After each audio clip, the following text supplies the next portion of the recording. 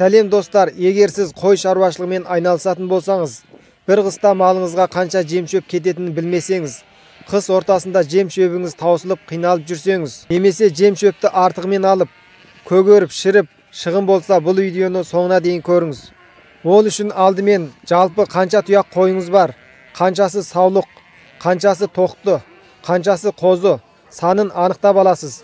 Сосын әр қойдың дене салмағына қарай қыстық жем шөпті дайындайсыз. Ал енді бір бас қой күніне қанша килограмм көлемді азық жейді деген сұраққа келсек, қойдың көлемді азығы дегеніміз шөп, пішен, жүгері, бидай сабаны қатарлылар. Желіну мөлшері қойдың дене салмағының 2,5-3%-ын иелейді.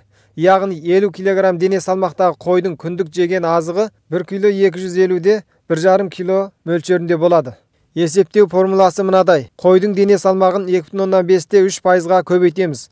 Яғни 0,3-те 0,25-ке көбейткенде әр бас қойдың күндік жейтін көлемді азығын есептеп шығаруға болады.